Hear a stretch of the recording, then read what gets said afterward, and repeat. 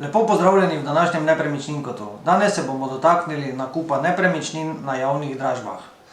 Včasih je veljalo, da se dobre in poceni nepremičnine da kupiti na javnih dražbah.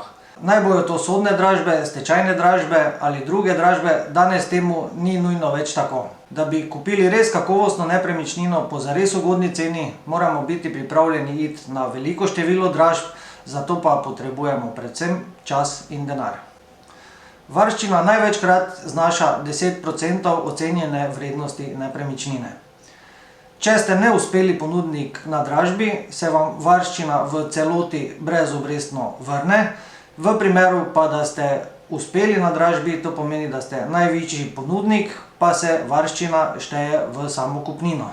V primeru, da ste najvišji ponudnik na dražbi in ste ponudili najboljšo ceno, pa si potem premislite in od dražbe odstopite, ste to varščino izgubili. Poleg časa in prostega denarja je najbolj pomembno, da imamo tudi dovolj znanja. Največkrat se nepremičnine na stečajih prodajajo po načelu videno kupljeno, kar pomeni, da prodajalec ne odgovarja za pravne in stvarne napake.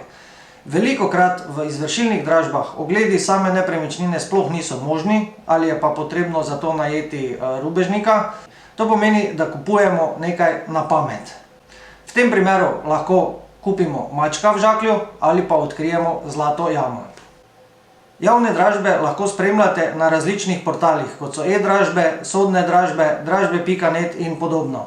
Ali poznate sistem nakupa nepremičnine na javnih dražbah? Zapišite vaša vprašanja in vaša mnenja spodaj v komentar. Čudovit dan vam želim in lep pozdrav!